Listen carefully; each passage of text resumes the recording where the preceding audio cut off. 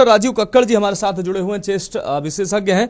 राजीव कक्कड़ जी, अभी सर्दियों की शुरुआत ही हुई है और तमाम ऐसे जो जगह हैं, दिल्ली, गाजियाबाद और तमाम नोएडा, ऐसे जो जनपद हैं जहां पर एक्यूआई लेवल खतरनाक स्तर पर पहुंच चुका है। सर्दियां जैसे जैसे बढ़ेंगी ये स्तर और लगातार बढ़ेगा। अभी तक हालांकि प्रशासन क्या तैयारी कर रही हो अलग बात है, लेकिन लोग इससे अभी से प्रभावित होना शुरू हो गए हैं। आगे और भी समस्या बढ़ने वाली है।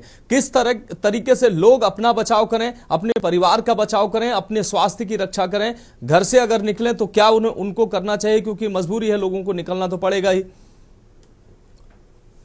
देखिए, बात बिल्कुल सही है। जब हम लोगों की दिवाली शुरू होती है, चेंज ऑफ सीजन है, तो केवल ये कहें कि पटाखों से ही केवल हमारा पोल्यूशन हो रहा है, वो बात नहीं है। क्योंकि देखा गया है, जब दिवाली के 24 से 48 घंटे के बाद में जो दिवाली के द्वारा उत्पन्न हुआ पोल्यूशन है वो नीचे चला जाता है। जो और पोल्यूशन है, जो और कारण जो अभी तक डिस्कस हुए वो है, उसके ऊपर अभी हम नहीं जा रहे हैं। जो हमारे स्वास्थ्य को प्रभावित करते हैं वो 3 तरह के पार्टिकल्स होते हैं जो हमारे फेफड़े में जाकर के उसको नुकसान पहुंचाते हैं।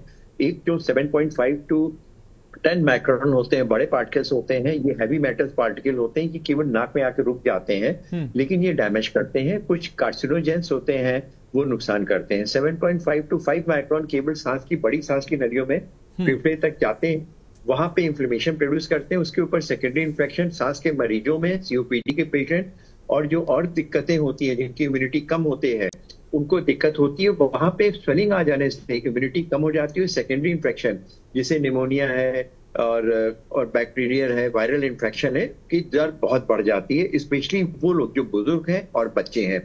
बच्चों का सांस तंत्र ज्यादा मजबूत नहीं होता है, उसमें कार्टिलेज नहीं होती है, फेफड़े छोटे होते हैं। थोड़ा सा भी इन्फ्लेमेशन पोल्यूशन के द्वारा होता है, उसकी सांस की नली को पूर्णतः संकुचित कर देता है, सांस का अटैक पड़ता है, जो अक्सर केवल सांस ना फूल करके खांसी के माध्यम से, अक्सर हम लोग देखते हैं कि बच्चों को खांसी आती चली जाती है, और कभी कभी ऑक्सीजन लेवल कम हो जाता है, हाथ पैर नीले पड़ जाते हैं, उनको हॉस्पिटलाइज करना पड़ता है। और चूंकि सांस की नली में सूजन आती है, उसकी वजह से वहां पे सेकेंडरी इंफेक्शन हो जाते हैं, निमोनिया तक डेवलप हो जाता है, उनको वेंटिलेटर पे भी डालने की जरूरत पड़ती है।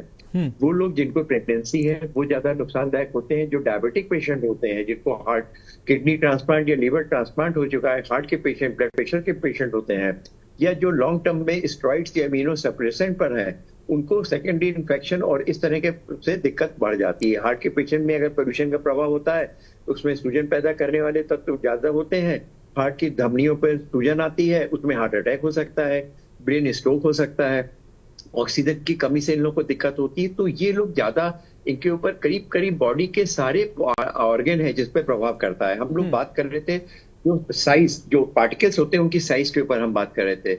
अब उसके बाद 2.5 माइक्रोन पर आते हैं, जो कि सबसे ज्यादा जिसके बारे में हम लोग डिस्कशन करते हैं जी। वो माइक्रोन जाकर के लंग के पेरिफेरल एयर में, जहां एल्वोलाई होती है, जहां ऑक्सीजन एक्सचेंज होती है, लास्ट में जाकर के डिपॉजिट होते हैं, वहां पे डैमेज करते हैं। तो ऑक्सीजन के ऊपर डिपेंड करता है, ऑक्सीजन डिफ्यूज होकर के ब्लड में नहीं जा पाती है, स्वेलिंग होती है और सांस का अटैक पड़ जाता है। कुछ पार्टिकल जिसके बारे में हम लोग बात नहीं करते हैं, वो होती है 2.5 माइक्रोन से कम होते हैं। ये फ्यूम्स की तरह हवा में घुल करके ये हवा की तरह जाते हैं और बीच में जो एल्वोलाई होता है क्रॉस करके ब्लड में चले जाते हैं, और ब्लड में जाके पूरी बॉडी में सर्कुलेट होते हैं। ये सबसे ज्यादा डैमेज करते हैं। वो न केवल फेफड़े को, बट फेफड़े के बाहर जो और ऑर्गन है उनको भी डैमेज करते हैं।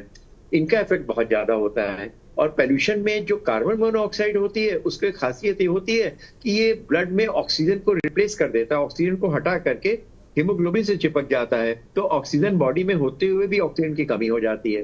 तो इस तरह के जो पोल्यूटेंट्स होते हैं उसमें कुछ कार्सिनोजेन यानी कैंसर प्रोड्यूस करने वाले, कुछ होते हैं जो इन्फ्लेमेशन, सूजन पैदा करते हैं, कुछ होते हैं जो सांस के तंत्र को पूर्णतः डैमेज करते हैं, कुछ ऐसे होते हैं जो फ्यूम्स के माध्यम पे जाके ब्लड में घुल के पूरे बॉडी में जाकर के उनको करते हैं इरिटेबिलिटी, आंखों में जलन, स्किन के ऊपर प्रभाव, और जो वाइटल ऑर्गन के बारे में बताया है उनको डैमेज करते हैं। सर राजीव कक्कड़ जी, आपका बहुत शुक्रिया।